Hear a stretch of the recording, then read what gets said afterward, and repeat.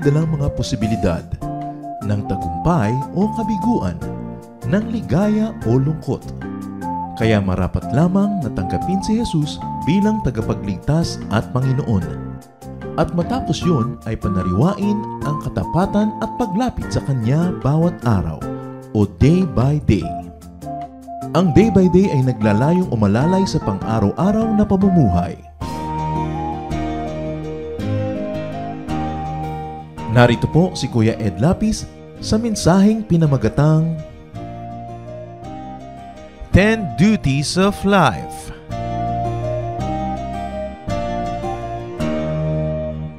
Lahat po ng mga tao ay maraming mga pribilehiyong tinatanggap sa Panginoon at ang bawat pribilehyo na mayan ay matapat tumbasan ng mga tungkulin. It is the balance in life that makes it beautiful.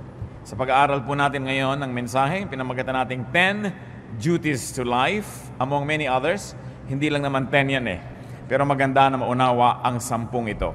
Ama namin sa langit, sapagkat kayo'y aming Diyos, sapagkat kayo'y aming tagapagtanggol, kayo aming pinupuri, dinadakila, pinasasalamatan, sinasamba. Napakasarap sumamba sa inyo, Panginoon. Napakasarap tumanggap ng pagpapalakas mula sa inyo. Pagpapalakas ng katawan, ng isip, ng aming loob, ng aming dibdib, ng aming espiritu. Punuin mo kami ng iyong kapangyarihan, Panginoon. Bigyan mo kami ng kaalaman na maunawaan kayo. At nawa, ang pagbubulay-bulay namin ng iyong mga salita, maging kapakinabangan sa amin at ikaluwalhati ng iyong pangalan sa aming buhay. Kayo, Ama, ang maging tagapagsalita. Gamitin yung lingkod nyo na tungtungan ng inyong paa, daluyan ng inyong mga pagpapala. Subalit nais namin kayo ang pakinggan. Speak to your people, O God. Walk in our midst. Be the speaker. Be the messenger. Lord, lift your name up and we ask you, bless us. Protect us from evil men, from evil spirits. Protect us from our foes. Protect us from people who would like to do us harm. And protect our loved ones from all evil. Protect us, Father. Let your truth reign in our hearts. Heal our infirmities. Strengthen our weaknesses. Paliwanagin niyo po, Panginoon, aming makadiliman, pagalingin na aming makaramdaman.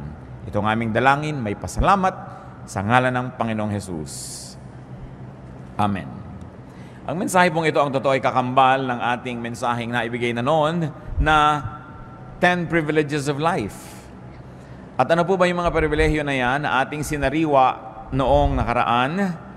Some basic privileges of life include breath, sight, touch, taste, smell, kung tutuusin yung mga basic senses.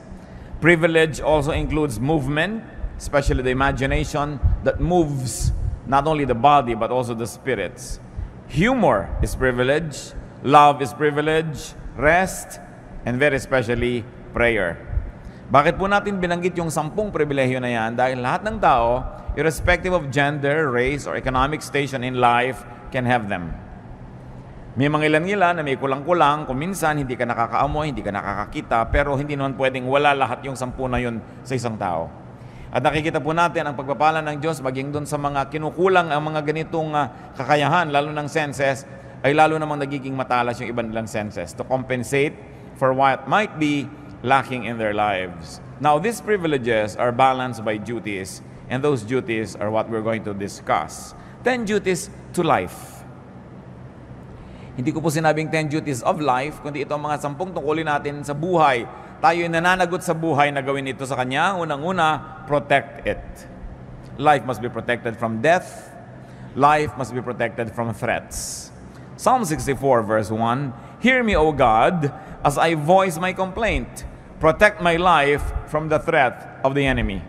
Isa po yan na paulit-ulit na tema ng mga panalangin, lalong-lalo sa Old Testament at lalong-lalo sa Psalms, yung panalangin sa Diyos ay ipagtanggol at ipag-adya yung nananalangin mula sa mga kalaban at sa masasamang tao, sa mga nais na kumitil ng buhay o kaya ay magbigay ng panganib. It's a very valid prayer. It's a very good prayer to pray that the Lord protects us. 1 Samuel 21 and 24, Then David fled and went to Jonathan and asked, What have I done? What is my crime? How have I wronged your father that he is trying to take my life? So David hid in the field.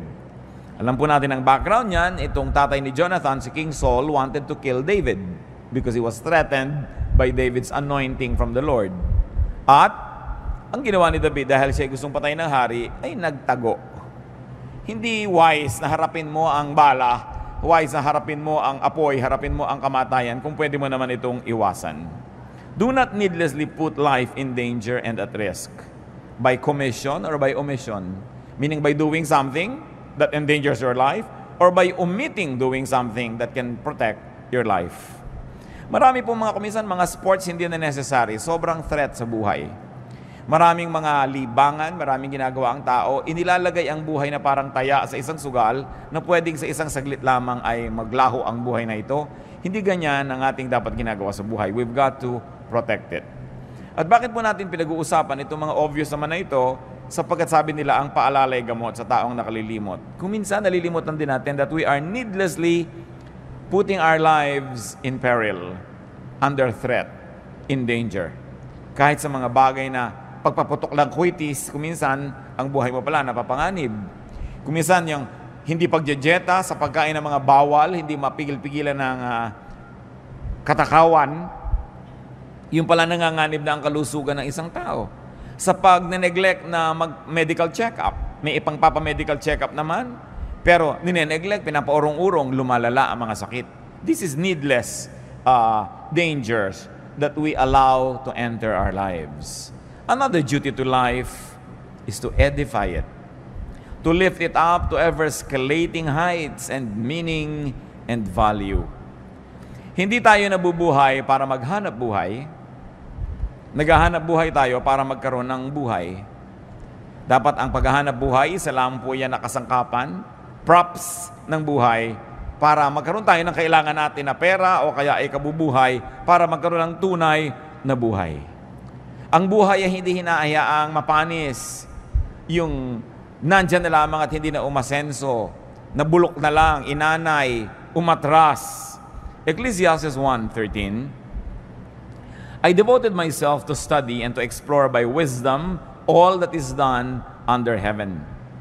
So si Solomon, mayaman na, hari na, sinika pa mag-aral. Yung mga iba naman, gumraduate pa lang ng college, sabi, tapos na, ayoko na magbubukas ng notebook ulit kahit buong buhay ko, hindi na ako magbabasa uli ng libro. Ang utak po ng tao, habang ini-stretch, lalong lumalaki. Pero parang sikmura rin yan.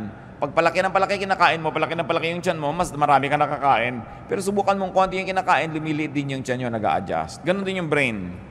The more information, the more knowledge you process, the more capable your brain becomes. Pero pag pakonti ng pakonti ang iniisip niyan, pakonti ng pakonti ang mga nilulutas, lumiliit din ang utak. Meron po mga nakakausap tayo sa buhay na nakakabobo. Pag lagi siyang kausap nyo, mabobobo kayo. Meron tayong mga ginagawa na nakakabobo. Pag yun ang ginagawa mo, mabobobo ka. Kaya kailangan lagi kami iniisip na ibang gawin so that your brain will continue to expand, so that it would be enriched with knowledge and therefore with the accompanying wisdom. Luke 12:23. Did we read Ecclesiastes 1:13? I devoted myself to study and to explore by wisdom all that is done under heaven. So, ganun ang ginawa ni Solomon. In Luke 12:23, life is more than food, and the body more than clothes. So, yung katawan, hindi lang yung katawan Yung katawan, instrumento para may marating yung nakatirang espiritu doon. Pag katawan mo lang ang mahalaga sa buhay, you don't get it. That the body is only a tool so that the spirit that lives in it can evolve and can become the great spirit that it is destined to be. So, ganun din yung pagkain, buhay, hindi lang para kumain, ay buhay ka na. Tapos aantay ka ng umaga, pag umaga, antayin mong gumabi, pag gabi, inaantay mo mag-umaga, ganun na lang, naubos na lang yung buhay ng papaganon. We've got to go beyond the basics, we've got to go beyond survival level. Kaya kalaban po ng tunay na espiritualidad, ang sobrang karukahan, ang sobrang kahirapan. Kasi very, very poor people are not able to move on because they're just too busy surviving. May narinig kong kanta ni Madonna, sabi niya, I will not go to heaven, I will not be an angel because I'm too busy surviving. Sabi nung kanta niya. There is some truth in it because when people are just too busy trying to survive, they will not be able to evolve into the refined personalities that they should be. Kaya kahit edad, nilalampasan para magkaroon ka ng lalong credibility. At kung bata ka pa at may credibility ka na, kailangan ipakita mo yon at lagi mong patunayan. Si Paul, ang kanyang payo kay Timothy, sapagkat itong si Timothy isang batang leader, 1 Timothy 4:12, don't let anyone look down on you because you are young, but set an example for the believers in speech, in life, in love, in faith, and in purity. So hindi excuse na bata pa ako o kabataan pa lang ako, so pwede akong maging ganito lang. Sabi, kailangan malampasan mo agad yan, mag-graduate ka, kasi napakaiksi ng buhay, pero napakaraming dapat marating. Sa katunayan, even geographically speaking, napakaraming lugar na dapat mabisita, napakaraming pagkain dapat matikman, napakaraming librong dapat mabasa o masulat, napakaraming kaibigan na dapat maging kaibigan, makilala, makadaupang palad, maraming karanasang dapat maranasan, pero kung umikot na lang ng umikot ang iyong buhay sa the same karanasan every day to the point that you're bored, then you are cheating God who created life. And sadly, you are cheating yourself. Ang buhay dapat laging may bagong nararanasan, may bagong nalalaman, at may bagong mga applications na nalalaman at naia-apply sa buhay. Another duty to life, beautify it. Make life lovelier, nicer, more pleasing to the body, to the soul, to the spirit. Diyan nga magaling ang mga Filipino magpaganda ng isang bagay, ng isang lugar. Pag nakakita ka ng isang babae na yung buhok niya, hindi lang tinalian, yung tali niya, may mga paru-paro, may mga bola-bolang umiikot-ikot, nag-glow-glow in the dark. Filipina yun. No, yung sari-sari ang nakalagay sa ulo. Hindi lang tinalian para huwag maggalawan yung buhok. Decorative pa, beautiful. Si Solomon na napakatalino, anong ginawa niya? Ecclesiastes 2:4-8. I built houses for myself and planted vineyards. I made gardens and parks and planted all kinds of fruit trees in them. I made reservoirs to water groves of flourishing trees. I bought male and female slaves and had other slaves who were born in my house. I also owned more herds and flocks than anyone in Jerusalem before me. I amassed silver and gold for myself and the treasure of kings and provinces. I acquired men and women singers and a harem as well, the delights of the heart of man. So niya, name it, I had it. Ginawa ko. At hindi maliit na bagay na siya tinawag na matalino. Ang lahat dapat makita ng mata, tiningnan niya. Ang lahat dapat matikman ng labi, natikman niya. Ang lahat dapat mahigaan ng likod, hinigaan niya. At hindi lang ba siya nabubuhay, meron pa siya mga singers. Ngayon, madali yan maglagay ka lang ng iPad, magpatugtog ka ng cassette dyan o video, may tugtog ka na. Pero noong araw, kailangan pa ng mga live orchestra, nilalagyan. Bakit po nilalagyan ng musika ang buhay? Kasi nagpapaganda yan. Bakit nilalagyan ng kulay ang buhay? Kasi nagpapaganda yan. That's why the eye is able to see many shades of colors. That's why we can appreciate various shades of temperature. Lamig o init. Merong gusto mo kinakain mo na maligamgam, merong gusto mo talagang nagbabaga sa init, merong gusto mong nagyayelo sa lamig, and all of that are experiences that human beings were designed by God to explore and to enjoy. So beautify your life. Yung bahay nyo, maliit man, pagandahin. Ang gulo-gulo, ang dami-daming kalat, ang lihim lang yan, marami ka lang kahon. Paglalagay mo lahat sa kahon. Diba? Hindi nakasaburay-ray dyan sa bahay mo lahat ang bagay-bagay. No? Hindi yung ang gulo-gulo. Hindi kailangan ka maging mayaman para maging maganda ang kapaligiran. Nakikita natin kung minsan kahit mga dukha ng mga tahanan, mga lata-lata, nilalagyan ng konting bulaklak, namumulaklak, gumaganda. Beautify your life. Decorate your life. And you know, one of the best decorations of a house are the good friends that visit it. Yung maganda yung nadadalaw ka, dumadalaw ka. Beauty means balance, symmetry, harmony. Mamamahay na rin lang kayo, linisan na, gandahan na. Magbibihis na rin lang kayo, gandahan nyo na. Kahit naman anong pagsabasamahin yung kulay, pwede. Pero ba't hindi nyo lagyan ng harmony? Pwede namang iplano yan kahit kukunti ang damit ng tao. Tingnan nyo yung kulay na bagay sa inyo at yun ay pagsusuot ninyo. Hindi yung kumisa na pagkakamalaki naglalakad na kortina. O sa lalaki ng checkered, akala ng mga tao, bintana kayo.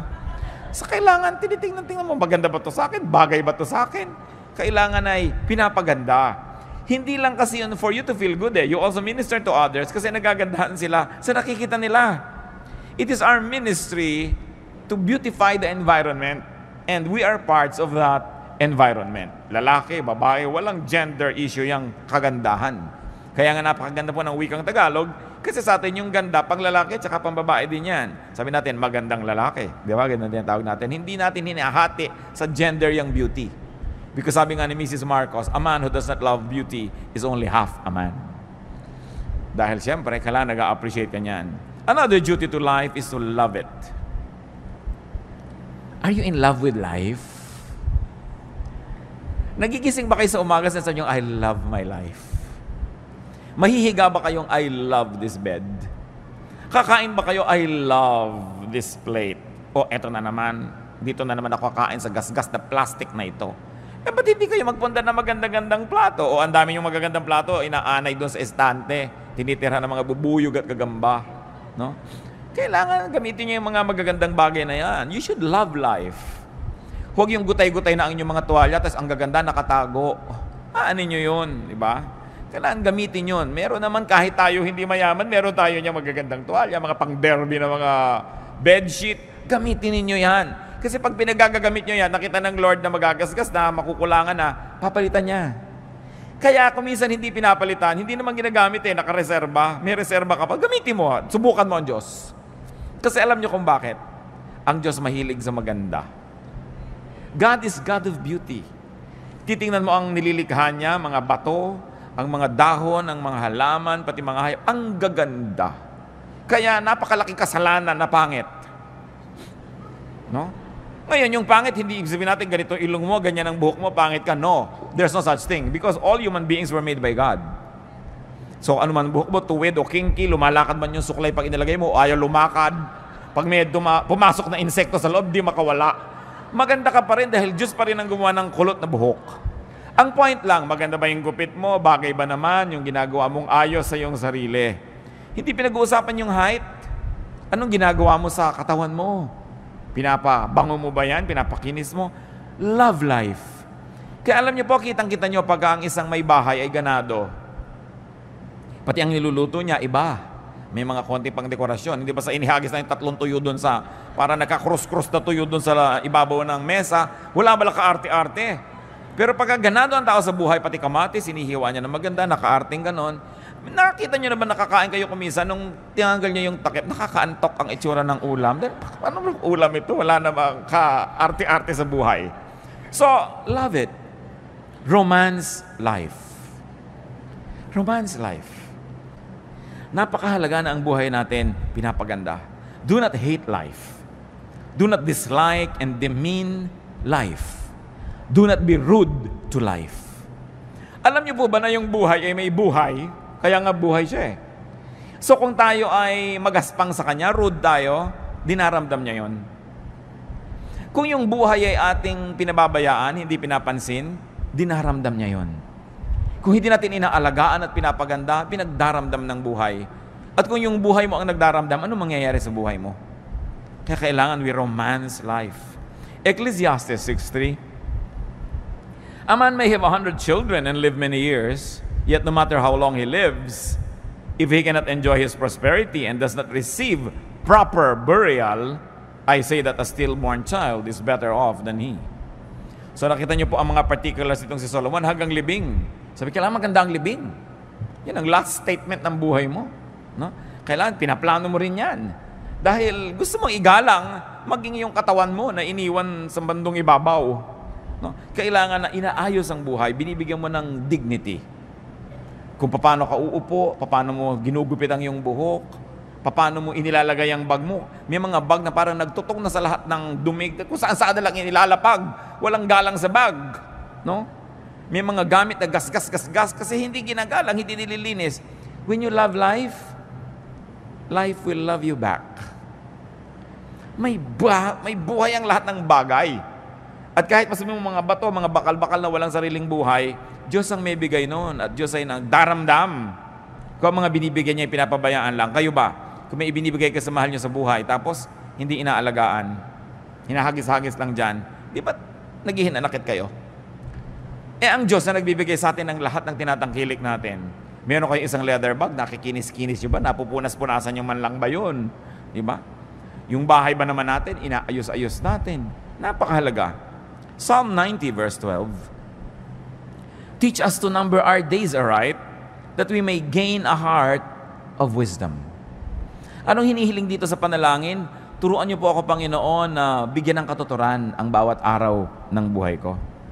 Love life by not wasting time. Love life by getting the most out of time. At dyan po tayo lahat pantay-pantay, mga kapatid. Lahat ng tao, tig to 24 hours a day lamang. Tig 7 days a week.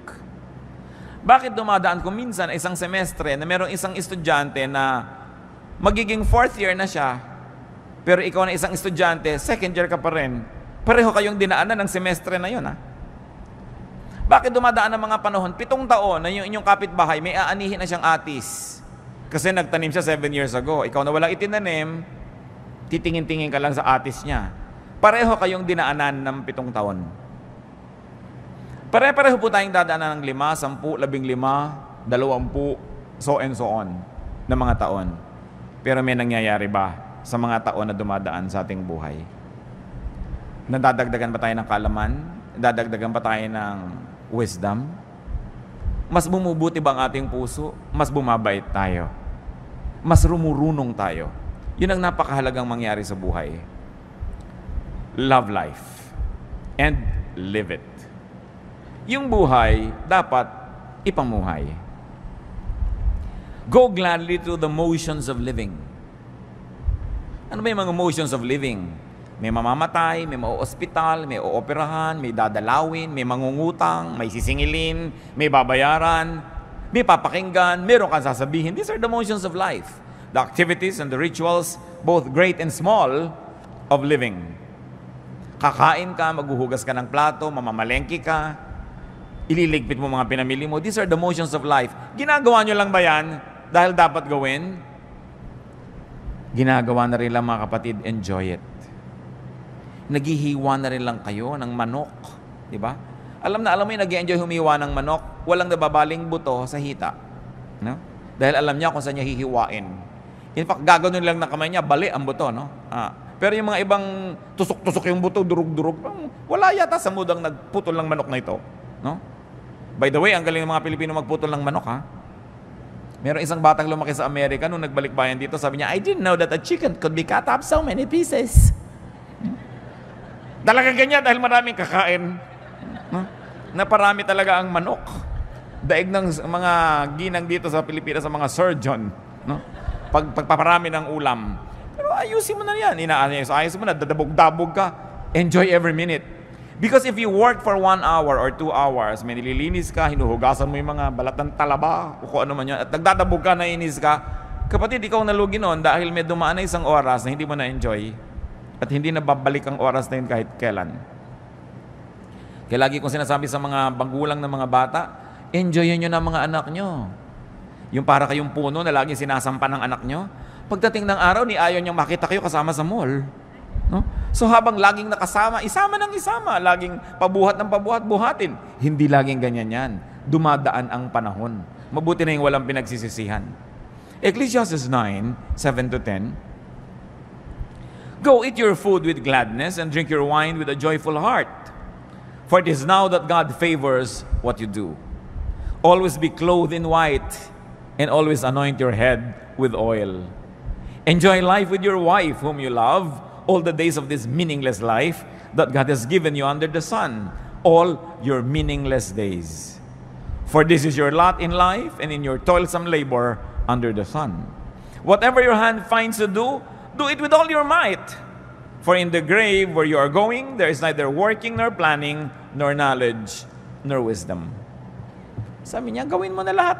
Gawin mo with feelings. Mag-aayos ka ng bulaklak, sinaksak mo na lang bigla doon sa baso yung mga bulaklak. Gandahan mo. Diba? Magtitiklop ka ng kumot, hindi pantay-pantay yung mga sulok. Gandahan mo. Isasalansan mo ang mga tuwalya sa cabinet. Gandahan mo. Sabi gano'n, para lahat ng ginagawa mo, meron kang satisfaction. Tuwang-tuwa ka. Nag-enjoy ka sa buhay. Do not just exist. Live. Have a life. Have excitement. Have passion and feelings. Yung kakain kayo ng sopas ang lamig-lamig, mas gano'n na ba kahirap initan yan? Lagi na lang, hoy, huwag ka na magdagdag ng hugas yung plato. Dito tayo kakain sa tansan. Ano ba naman, napakahirap namang kumain sa tansan. Tapos ang chopstick mo, toothpick. Para madali ang paghuhugas. Mano bang humaba-haba ng konti ang paghuhugas nyo? Nag-enjoy naman kayo sa maganda nyong hain. Lagyan ng kulay ang buhay. Yung mga ganong tao, pag nananaginip sila, alam nyo, black and white ang panaginip. Dahil walang buhay eh. Go gladly through the stages of life. Nagiging bata tayo, nagiging kabataan, nagiging young adult, nagiging mga senior, lahat yan maganda. Kung tayo tumatanda na, don't hang on needlessly to youth because there is enjoyment that is unique, no, to those who are advanced in years. 1 Corinthians 13:11, when I was a child, I talked like a child. I thought like a child. I reasoned like a child. When I became a man, I put childish ways behind me. So may panahon ng lahat. May panahon. Hindi ikinakaila yung edad. Lalo mga Kristiyano, magunos dili kayong birthday. Ilan taon na po kayo? Hindi masabi pag above 50. Dapat very, very gladly you say. Dahil maraming tao hindi nakakaedad na mamatay na. So bawat edad na nadadagdag sa isang buhay ng tao, pinagdiriwang yan, ipinagmamalaki, no? Ipinagpapasalamat, hindi inililihim. Bakit nakakahiyang umidad? This is foolishness. We should be grateful. Every added year is grace from the Lord. Job 14:1-2, man born of woman is of few days and full of trouble. He springs up like a flower and withers away. Like a fleeting shadow, he does not endure. Nakita nyo ang pagpapakita ni Job kasi noong mga panahon na yun, problema siya eh. Niya, buhay, mahirap yan, maiksi, sasandali. And it's true. Bakit ngayon sasayangin ang sasandaling buhay? So be a child, be a youth, be an adult, all in its right time. And another duty to life, which is very much related to what we're saying, is enjoy it. Hindi komo ang isang tao ay makadiyos, ayaw niya mag-enjoy. Ito ang dapat ituwid. Akala nyo ba, pag religyoso ka, walang enjoyment. Puro mga parusa sa sarili, puro pag-aayuno, puro pagtitiis, puro pagtitipid. Enjoy life. Ecclesiastes 8:15, so I commend the enjoyment of life. Because nothing is better for a man under the sun than to eat and drink and be glad. Then joy will accompany him in his work all the days of the life God has given him under the sun. Remember, nagsasalita si Solomon na nagtrabaho ha. Sabi niya, I planted vineyards, I made orchards, I made reservoirs, I made houses. Kaya din siya nag-enjoy ng pagkain niya, ng pagpapahinga niya. Pero kung wala kayong ginagawang gano'n, tapos puro enjoyment, hindi rin yan balance. Enjoyment is earned. Ecclesiastes 10:19, a feast is made for laughter, and wine makes life merry. Sabi ganon, magpakasaya kayo. Basta hindi nyo nililimot ang Diyos. Sabi niya, oh, young man, enjoy your life. Just remember that you will face God and you will give an account. Ibig sabihin, huwag mo kakalimutan na may Diyos. Nag-enjoy ka. It's from God. Pero be responsible for the kind of enjoyment that you have because there's going to be accountability also. Life is far from perfect. Don't cry over spilled milk, sabi nga nila. Marami na siguro kayong gatas na naligwak, juice na natapon. Baka naman hanggang ngayon, ipiniiyak nyo pa. Tama na. Merong nasayang, pinanghinayangan nyo sandali. Tapos tama na, get on with life. Tama na mga sisihan. Tama na ang panghihinayang. Yung mga if only, if only, if only. Tanggalin nyo na sa inyong lengguwahe mga kapatid yung if only. Kung natapos ko ang aking pag-aaral. Yung mga ganyan, if only, pinag-aral ako. Hindi ka nga pinag-aral eh. Anong gagawin mo? Magngungungoy-ngoy ka buong buhay. Di kung gusto mo mag-aral ka ngayon. Ngayon, kung hindi, gumawa ka ng ibang magagawa. Huwag kang laging sisihin yung magulang mo. If only mayaman kami. If only 5'10" ang height ko. If only maputi ako. If only ganyan. Walang mangyayari. Palitan natin yung if only ng napakaganda lalong 2 words, next time. Sabi niya, next time. Kung ikaw ba naman ginawa mo, next time. Dapat ganitong ginawa mo. Tapos na mo, next time, we'll do it. Maganda yan. Dahil meron namang next time eh. Do not wallow in misery. Do not be possessed by regrets. Tama na ang panghihinayang at lalong-lalo na tama na ang pagsisisi, pagsisisihan, paninisi sa kapwa at sa sarili. Do not be possessed by sadness. Do not be possessed by mourning and fear, because all of this will rob you of your happiness. Kailangan yan, sisitatin natin. Lahat ng mga nasayang na noon, nasayang na, pero habang lagi niyong iniisip, patuloy pa rin nagiging sayang. So dapat ibahin ang attitude. Be free, be reachable, be available.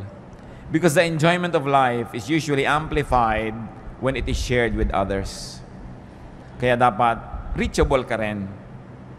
You allow people to reach you and you reach out to people and you're also available.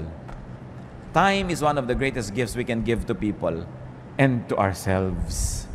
Napaka-importante. Tigilan nyo ng mga kapatid yung may patay, tinatamad kayong pumunta, pagkatapos ting makikita nyo yung namatayan, 5 taon ang napakanda ulit-ulit, pinapaliwanag nyo pa ba't di kayo nakapunta sa lamay. Diba? Yung may kasal, tinatamad kayong pumunta na lang kayo, kaysa yung kutakot-takot na excuse ang ibibigay mo, ipinaghinanakit pa nung tao, nung yumaman, di ka nabalatuhan, kasi wala ka nung kasalan. No? So, yung mga katamaran ko minsan, naranasan nyo na ba yan na gusto nyong pumunta pero tinatamad kayo? Pero nung nagpunta na kayo, nung pauwi na kayo, you were glad you did it. Because you know you did the right thing. Nakiramay kayo, dumalaw kayo sa may sakit, nakipaglamay kayo sa may patay, nakipaglibing kayo, sumama kayo sa party. Sino nga ba na interesado sa mga debu-debu na yan, nakakaantok na yung 18 roses at 18 candles? Gusto mo nang sabay-sabay nyo nang ibigay yan ang matapos. Dahil yun lang naman debut at yung nanay niya nag-e-enjoy, lahat ay bagot na bagot. No? Pero, umaten na rin kayo kung wala rin lang kayong gagawin sa bahay at nagmumukmuk lang kayo doon. Napakaraming kalungkutan nangyayari dahil ang dami nating free time. So, punuin nyo ang buhay nyo ng mga activities. Pagtatanim din yan, yung gumagawa ka ng mabuti, umaattend ka ng mga ganon, pagtatanim yan ng mabuti. Hindi ka man umani, nakapagpasaya ka ng kapwa, natuwa din ang Diyos sa'yo. So, huwag na kayong iwas sa mga lakaran. Pag kami mga namamatay na kamag-anak, lalo ang mga magkakapatid, may mga edad at kani-kanyang pamilya, hili-hilian kung sinong pupunta. O ikaw ang pumunta, namatay na si Auntie Kikay. Ikaw na, ako na nagpunta kay Chu Apeng. No, nagtituro-turuan. Ba't di nila kayo magpunta lahat? Kasi asaya din namang reunion yung lamay eh. No? Pag nandun ka na rin naman, mag-e-enjoy ka na rin. Pero paano ka mag-e-enjoy kung kagalit mo yung hipag mo, kagalit mo yung pinsan mo, kagalit mo yung kaeskwela mo nung grade 6 dahil siya ang naging most cheerful. Naagaw sa iyo ang medalyang lata. So yung mga dapat baggage na yun, ng mga tapusin na yan. Get on with life and enjoy what else remains of it. Another duty to life, multiply it. Paramihin. Physically, life must be multiplied. Utos yan ng Diyos. Genesis 8:17, bring out every kind of living creature that is with you, the birds, the animals, and all the creatures that move along the ground, so they can multiply on the earth and be fruitful and increase upon it. Genesis 9:7, sabi kay Noah, as for you, be fruitful and increase in number, multiply on the earth and increase upon it. So you multiply physically, but very importantly, we multiply essentially. We multiply, magnify the essence of life, the spirit of life. And you multiply life in terms of fruits and production, in terms of works and meaning. Dapat lalong nagkakaroon tayo ng halaga, marami tayong nagagawa, marami tayong napoproduce. Kumisan ay kinakalungkot ko po sa mga Philippine products. 20-30 taon na ang lumipas, itong kaong na ito para ko mabuksan, kailangan ko pang initan sa kalan yung takip niya, makipagtunggali ako sa takip, gumamit ng liyabe, gumamit ng kung ano, para ko makuha yung laman na kaong na lasang preservative. Ang kaong, ang makapuno, ang natadiko ko pare-pareho ng lasa. Walang product development. Napapansin nyo ba yun? Pag pumunta kayo sa Pangasinan, yung bibili nyo yung tupig, o yung bibili nyo diyan na kung ano, nakabalot pa rin sa dyaryo hanggang ngayon. No? So, hindi na ba mai-improve ang packaging yan para maging world-leading o world-class man lang? Bakit walang development na ating mga produkto? Papangit pa nga yung iba, yung dating bukayo na nyugang nakakain mo ngayon, kusot na yata yung laman. Umaatras pa. Pero alam nyo, sa tao nangyayari rin yan. Ano ba naman itong taong to? Nung huli ko itong makita, wala itong topic, kundi yung asawa niya. 3 years later, asawa pa rin niya ang topic. Wala nang iba. Yung ang repertoire mo, napaka-limited. May mga tao po ganyan, tatlo lang alam na topic, ang kanyang asawa, ang kanyang apo, at ang kanyang mataas na blood sugar. Napakalaking pagdurusang makatabi mo ang tao ito kahit saang lupalop ng mundo kasi yun ang topic nyo. Wala nang iba. So pansinin nyo mga kapatid, baka kayo yun. Yung iniiwas-iwasan na kayo ng mga tao dahil pag-uusapan na naman namin ito, yung cholesterol niya. Yung, wala nang alam na topic kundi ganyan. Kailangan pinapalaki ang mundo, pinapalaki ang repertoire, pinapalaki ang performance mo para mas enjoy ang mga tao, mas enjoy ka rin. Isaiah 54:2, enlarge the place of your tent. Stretch your tent curtains wide. Do not hold back. Lengthen your cords. Strengthen your stakes. Ang ganda ng metaphor tungkol sa tent. Ang pinag-usapan yung lubid na humihila doon sa mga gilid ng tent at yung mga tukod niya na nandun sa gitna para huwag matumba yung tent. Sabi, tibayan mo yung tukod, habaan mo yung mga tali, haltakin mo yung mga tent mo. In other words, palakihin mo ang iyong mundo. Kung di nyo ma-spell nung araw yung Mississippi, 20 years later, hindi nyo pa rin ma-spell. May problema kayo sa buhay. Diba? Insecure kayo sa pronunciation ng mga nakikita nyo sa mga French menu sa restaurant. Diba? Hindi nyo alam kung ano ba to, hors d'oeuvres ba ito? Hindi natin alam, hors d'oeuvre pala ito o kung ano man. Ba't di nyo pag-aralan? Kabisohiduhin nyo lang, hindi kayo kailangan magkabisa ng more than 20 French words, mabubuhay na kayo sa restaurant. Diba? Pero lagi na lang, hindi ko alam to i-pronounce, ayokong pag-usapan yung mga bagay na yan. Marami mga Kristiyano hanggang ngayon, akala nila yung Titus Relo. So, paano ba yan? No? Akala nila si Sodom and Gomorrah are lovers. As in Romeo and Juliet. Parang 20 years ago, excusable yan, sister. Pero kung hanggang ngayon, ganun pa rin yung utak mo, napakalaki ng pandarayang ginawa mo sa buhay. Kasi hindi ka umasenso. No? Do more. Plant more. Stretch yourself. Kasi kaya. Nakakakita ba kayo ng mga gymnast? No? Minsan tuwan-tuwa ka na, may dala kang platito, hindi nahulog. Pero nakita nyo ba yung may mga 5 platito pinapaikot na ganyan, tapos meron pang mga laman na chandelier yung platito? Tapos nakasakay pa siya sa bisikleta, iisa ang gulong, habang namimisikleta siya sa alambre. Nagagawa ng tao, ba't di mo magawa? Ibig sabihin, nagagawa yan. Pag nagagawa yan ng iba, nagagawa ng lahat. Kaya lang, nag-train siya, nagbuhos siya ng panahon. Kaya huwag na tayo patuloy na magkubli doon sa mga hindi natin magawa. Gawin nyo. Pag-aralan nyo. Yung mga iba, tumanda na lang, ting merong party sa tabi ng swimming pool, hindi ako marunong lumangoy. Parang 10 years ago, nung reunion natin, di ka na rin marunong lumangoy. 10 taon nang lumipas, di ka wala nag-aral lumangoy. At magkikita pa tayo kung sakaling bubuhayin ka pa ng Diyos ng 10 more years, hindi ka pa rin marunong lumangoy, lulunurin na kita niyan. Wala kang asenso sa buhay. No? Kailangan umaasenso ang tao. Yung hindi natin mapagtugma-tugmang subject and predicate. No? May S ba o wala yung verb? Absent ka kasi na tinuro yun. Ano? So, pag-aralan, nasa libro naman eh. Yung hindi kasi ako marunong magluto ng dinugan, hindi ako kasi marunong magluto ng potsero, 3 years ng excuse yan, hanggang hindi pa rin marunong magluto. Dapat palakihin ng utak. Another duty to life is to restore it. Life will have pains and sorrow. Life will have mistakes. Life will have falls and damages. Ang dapat ginagawa ng tao is to keep restoring life. Laging may sira, dapat laging nire-repair. Yan, nakita niyo yung bubong ng bahay, hindi naman uubusan ang tulo niya na. Pag natapos na yung tulo doon, dito naman, o doon naman, dyan naman. Pero gawa ka ng gawa kasi nagkakaroon ng mga bagong tulo eh. Linis ka ng linis kasi nagkakaroon ng bagong dumi. Sulsi ka ng sulsi, nagkakaroon ng mga bagong pilas ang damit. Ngayon, ganoon din ang ating emosyon. Ganoon din ang ating espiritu. Nagkakaroon ng mga bagong kabiguan. Nagkakaroon ng mga bagong kasalanan. Nagkakaroon ng mga bagong kakulangan. So, anong gagawin mo? Keep restoring, keep restoring, keep restoring. Because life is really like that. Psalm 103 verse 14, God knows how we are formed. He remembers that we are dust. Diyos man, naaalala niya, alabok nga pala ang tao. So, hindi ka na rin laging pinaghahanapan. Pinagpapasensyahan ka, pinapatawad. Ganon din dapat ang ating policy sa ating sarili at sa ating kapwa. Kung nagkakasala, ihingi ng tawad sa Diyos. At kalimutan na. Tama na. 1 John 1:19, if we confess our sins, He is faithful and just and will forgive us our sins and purify us from all unrighteousness.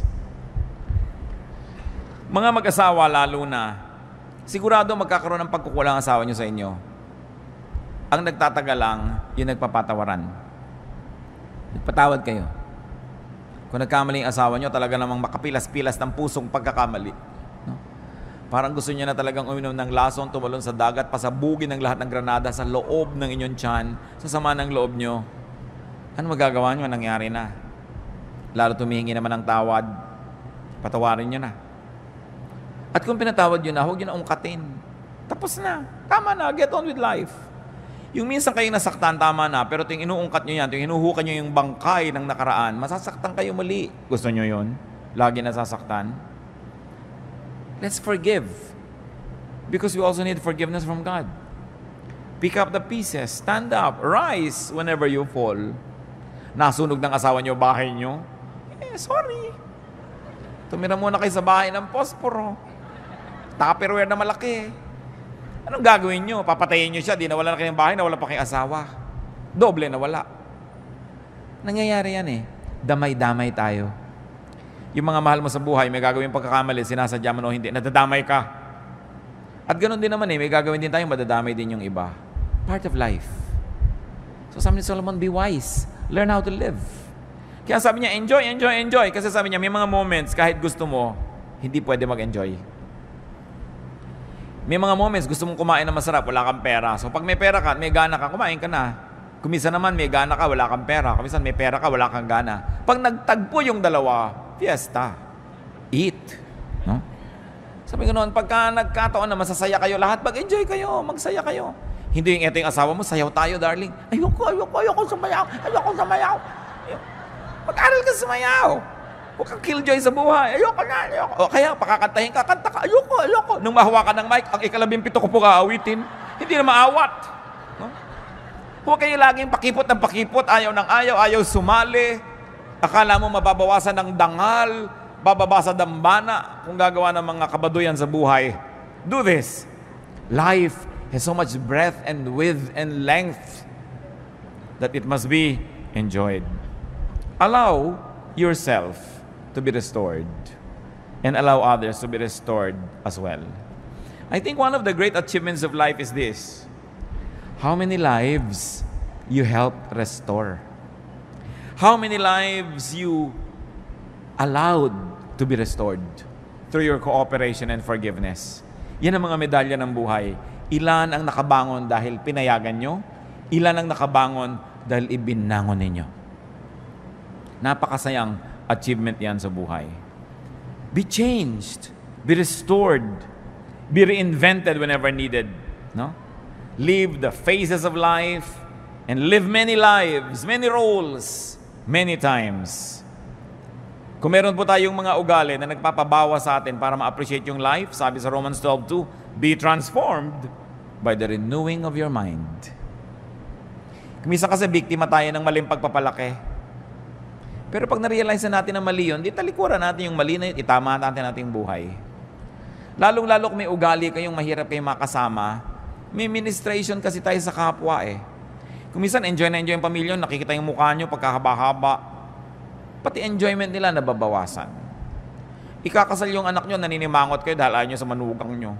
Di ba? Hindi naman kayo magwawagi, huwag na kayo nakikipag-contest sa manugang. Hindi kayo magwawagi, promise. So makikooperate na lang kayo. Be wise. No? Kaya napakahalaga na natututo tayo sa mga karanasan ng mga nauna sa atin. Alam nyo na sitya-beke ninyo, inaway yung manugang, pati anak niya, nagalit sa kanya, tapos gokopehin nyo na naman ngayon yun. Yung mga manugang naman, alam nyo na nahihirapan yung asawa nyo dahil ayaw nyo maging submissive sa nanay niya. Marami na kayong nakitang ganun, kukopihin nyo na naman, nagiging impyerno yung buhay nyo. Hindi naman tayo kinakapos sa mga halimbawa sa paligid natin. Bakit kinokopya pa natin yun? Yung mga magulang na saksakan ng dadamot sa anak, saksakan ng mga susungit. Nakita na natin ang masasamang effect. Tapos kayo na naman, inuulit nyo na naman yun. Sungit-sungit nyo na naman. We should learn from many lives that are lived around us so we can save on the tears and the agony. Be transformed by the renewing of your mind. Mga kapatid, kung honest po tayo mismo ang nakakaalam ng mga pangit nating ugali. Lahat ng tao may masagawang ugali. Ang totoo nga, isa yan sa mga katotohanan ng buhay na maraming tao talaga masama ang ugali kesa sa mabuti ang ugali. Diba? Ngayon, ang tingnan natin, masama ba yung ugali ko? Ano ba yung masama sa ugali ko? Paano ko to ayusin? Huwag natin laging tingnan yung ugali ng iba. Sabi nga, tapat ko, linis ko. Diba? Ugali ko, bago ko. Hindi ako Chinese ako. So, ang point is, tapat ko, linis ko. Di ba dapat yan? Ang dali-daling maisip yun. Nakikita natin, ang dami-dami mga Chinese Filipinos umaasenso sa buhay kasi masisipag.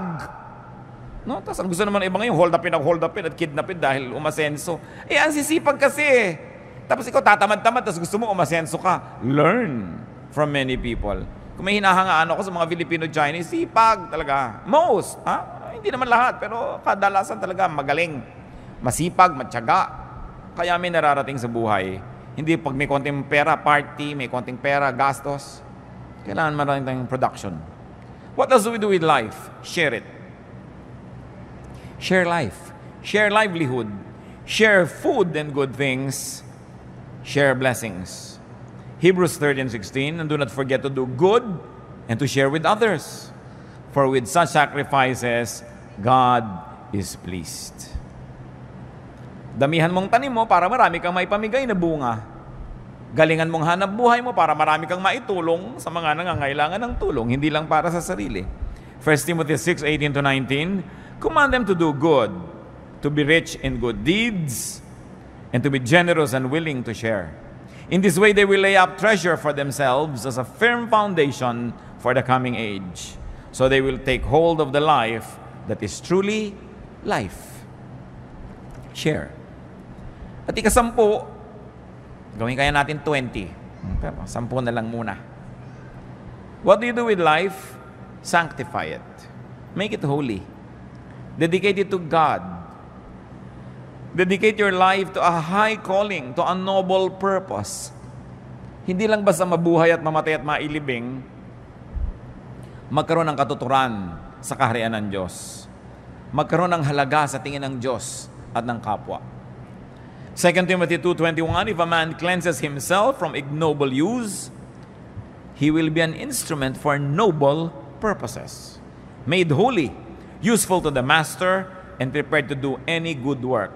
Kung ang tao lang daw ay tatalikdan ang walang kakwenta-kwentang uri ng pamumuhay at lilinisin niya ang kanyang sarili mula sa karumihan ng walang kalatoy-latoy na pamumuhay, siya ay gagamitin ng Diyos para doon sa mas mga makabuluhan na uri ng pamumuhay. So there's a cleansing that we must do. There's a departure that we must do from ignoble use. Yung walang kakwenta-kwenta, nagkakaroon ng kwenta kung ating itatalaga sa Diyos. 1 Peter 1:15, but just as He who called you is holy, so be holy in all you do. And Galatians 2:20, the life I live in the body, I live by faith in the Son of God, who loved me and gave Himself for me. 1 Corinthians 10:31, so whether you eat or drink or whatever you do, do it all for the glory of God.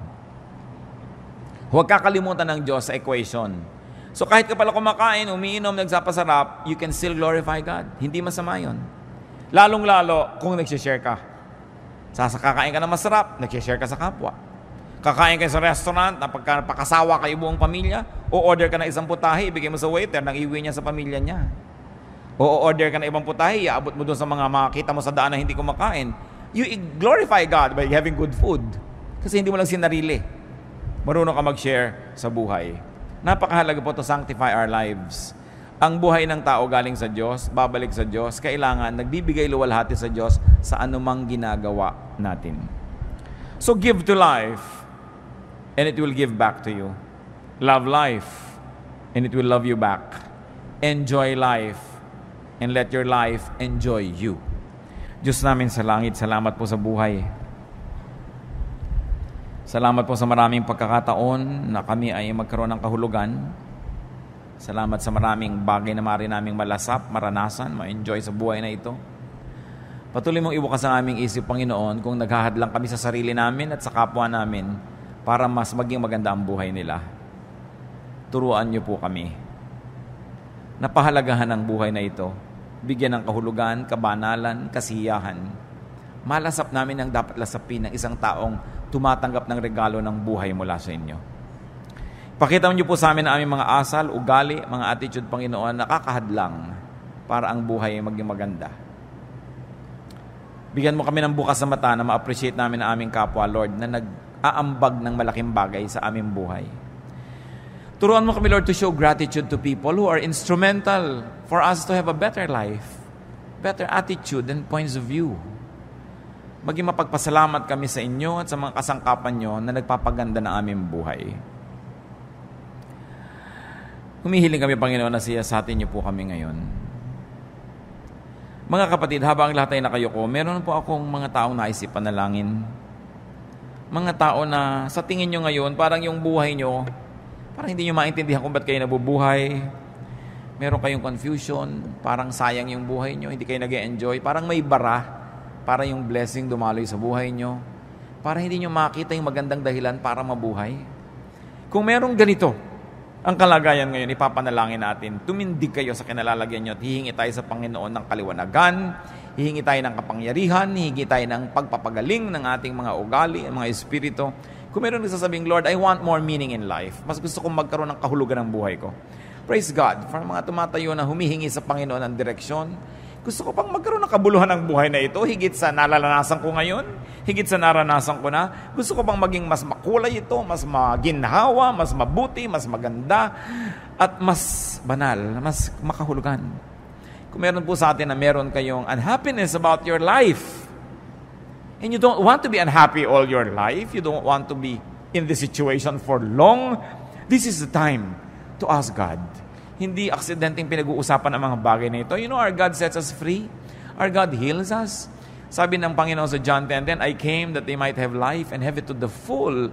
Kung sa palagay nyo ang buhay nyo hindi puno, ang laki ng kulang, tumayo kayo, hingi tayo sa Panginoon ng pagpapala. Blessing. Na mapuno ang buhay na yan. Hindi dapat na kulang yan. Hindi dapat na puro bigat yan. Hindi dapat na puro problema. Kasi ang buhay regalo ng Diyos. Kung may tatayo pa, tumayo kayo. Hindi dapat ikinakahiyang tumatayo. Umihingi tayo ng tulong sa Diyos. Maganda yan. Nagpapakumbaba para bigyan ng Diyos tayo ng pagpapala. Sa pagtayo ng mga anak mong ito, Panginoon, kayo lang at ang may katawan ang nakakaalam ng dahilan ng pagtayo. Maaring ang kayo lang at hindi nga alam ng may katawan kung bakit may kulang ang buhay. Panginoon, alang-alang sa iyong anak na si Jesus. Alang-alang sa kanyang mga sugat na tinamo, alang-alang sa kanyang dugo na tumigis, alang-alang sa kanyang paghihirap sa Kalbaryo para sa amin, hinihiling ko sa iyo, Ama sa langit, hipuin mo ang bawat puso ngayon ay tumatayo sa iyong harapan. Una, bigyan mo ng kaliwanagan nang maunawaan kung ano ang nagiging hadlang sa kahulugan at kasiyahan at kagandahan ng buhay, kung ano ang nakakalaso na nandun na dapat tanggalin, kung ano ang mahalagang nandun na dapat ilagay, kung ano ang sobra na dapat ay bawasan, kung ano ang kulang na dapat ay dagdagan. Ngayon din, Panginoon, sa sandaling ito, hinihiling namin, hipuin niyo po ang puso, ang isip ng bawat isang nangangailangan ng kaliwanagan. Ipabatid niyo kung ano ang dapat gawin. Kung ano ang dapat tigilan, kung ano ang dapat simulan, kung ano ang dapat improvein pa. Hinihiling ko, Panginoon, alang-alang kay Jesus, punuin mo ang mga pusong ito ng kagalakan, ng kahulugan. Bigyan niyo po, Panginoon, ng kulay, ng saya, ng musika. Bigyan niyo, Panginoon, ng ganda ang mga buhay na ito. Kayo ang nakakaalam kung ano ang kulang na siyang magpupuno, ipagkaloob niyo, napakayaman niyo at di niyo ipaghihirap na tugunin ang pangangailangan ng iyong mga anak. At dinadalangin namin, Panginoon, ang mga kapatid na ito ay magkakaroon ng malinaw na isip, maiwasan ang mga dapat ng iwaksi sa buhay. At nawa, Panginoon, kung ito ay may kinalaman sa pag-uugali, ituwid mo ang aming mga ugali nang walang maging hadlang para dumaloy ang iyong pagpapala. Kung ito ay tungkol sa mga damages ng nakaraan, naging mahiyain, nagkaroon inferiority complex, nagkaroon ng takot, nagkaroon ng phobia, nadala, nahirapan. Pauwiin mo ang mga sugat na ito, Panginoon. Papaghilumin mo ang mga sugat ng puso na yung mga anak. At huwag ka mag-iwan ng anumang bakas. At nang sa ganun magkaroon ng isang panibagong buhay, bagong pasimula. Kung ang nagiging hadlang ay mga bagay, mga pananalapi, mga instrumento at gamit, lalo namang hindi kayo nagkukulang dyan, O Diyos. The earth is the Lord's and everything in it. So we ask you, Father, move your powerful, loving hand and provide your people with their needs. Pagbuksan nyo ng pinto, Panginoon, pagkalooban ng mga kailangan, paulanin nyo ang pagpapala, palakasin ng mga kahinaan, papagliwanagin ng mga kadiliman. At kung ito'y may kinalaman sa kalusugan, Panginoon, palakasin nyo ang katawan ng iyong mga anak, pati ang isip at emosyon. Pagalingin nyo ang mga karamdaman, Panginoon, at bigyan nyo ng ginhawa. Ano man yun, O Diyos, sa napakaraming maaring dahilan na nagiging hadlang para makita ang ganda ng buhay. Maaring walang kaibigan, walang kapartner sa buhay, maaring may mga kasama na nagpapahirap ng loob. Panginoon, ano man ito, kayo ang magturo ng bawat hakbang na dapat gawin ng iyong mga anak upang mapalaya ang mga sarili sa iba't ibang mga piitan at mga kulungan na ito, upang malagot ang iba't ibang mga tali at tanikala na naggagapos sa iyong mga anak. Bigyan mo, Panginoon, ng sigla yung mga matatamlay. Ang mga mahiyain, bigyan mo, Lord, ng self-confidence. At kung may mga mangmang at mga kamangmangan, punuin mo kami ng karunungan. Turuan mo kami, Lord, to be studious. Turuan mo kami, Lord, na mag-aral at nang sa ganun, huwag kami maging bihag ng kamangmangan habang panahon. At bigyan mo ang Panginoon ng iyong mga anak na mga tutulong, magpadala ka ng mga tao at mga anghel na gagabay, tutulong, mag-aadya sa masama. At nang sa ganun, sa maikling buhay na ito na inyong ipinahiram sa amin, malasap namin ang lubos ang iyong pag-ibig. Madama namin ang iyong kabutihan at kami naman maipadama sa iyo ang aming pagsamba at maipadama rin sa kapwa ang aming pag-ibig. Panginoon, pagpalain nyo ang mga tumatayong ito. Buhusan nyo ng pagpapala. Buksan nyo ang pinto ng langit at pagliwanagin sa kanila inyong mukha. At nawa, Panginoon, ang inyong makapangyarihang kamay, kumilos, hipuin ang bawat isa at pagalingin ang mga karamdaman ng aming espiritu. Salamat, O Diyos, sa iyong mga himala. Salamat at maaari kaming dumaing at magsumbong sa inyo. Salamat at maaari kaming lumapit upang humingi ng pagpapala. Maglakas loob na humarap sa inyo at humingi kahit walang patago. Kasi kayo, Diyos, ay Ama namin. Kayo'y makapangyarihan at kayo ang nangako na sasagutin niyo ang aming mga dalangin. Mga kapatid, lawakan, laliman ng pananalig, tanggapin niyo mula sa ating Amang Diyos ang inyong mga hinihingi. Papagpalain kayo ng Panginoon at papagliwanagin ang inyong buhay. At nawa, kung ano man, ang hindi niyo natamasa, whatever you missed in the past, may the Lord give it to you tenfold, 100-fold, that your life may overflow with blessings, with peace, with happiness, with joy, and even with pleasure. And above all, your life will be characterized by holiness, by godliness. Father, bless your people. Bless them in the name of Jesus our Lord. Patuloy kayong magsiupo, mga kapatid, at tayo yumuko sa Panginoon, patuloy sa diwa ng panalangin. Kung ano ang ibinubulong sa inyo ng Espiritu ng Diyos, ipanalangin ninyo. Narito ang Diyos, makapangyarihang presensya.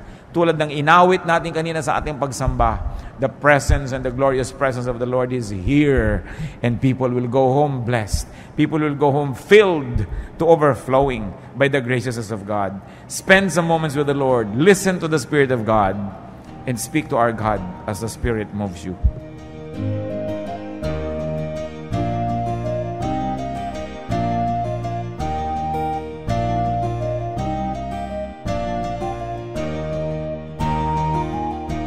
Ang katatapos pong mensahe ni Kuya Ed Lapiz ay pinamagatang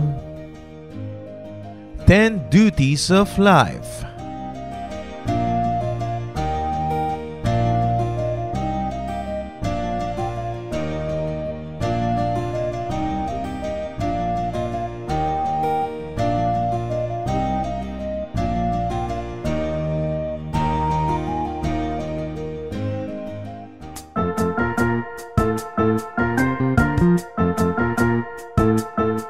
Oras na po para pansamantalang magpaalam ang programang Day by Day.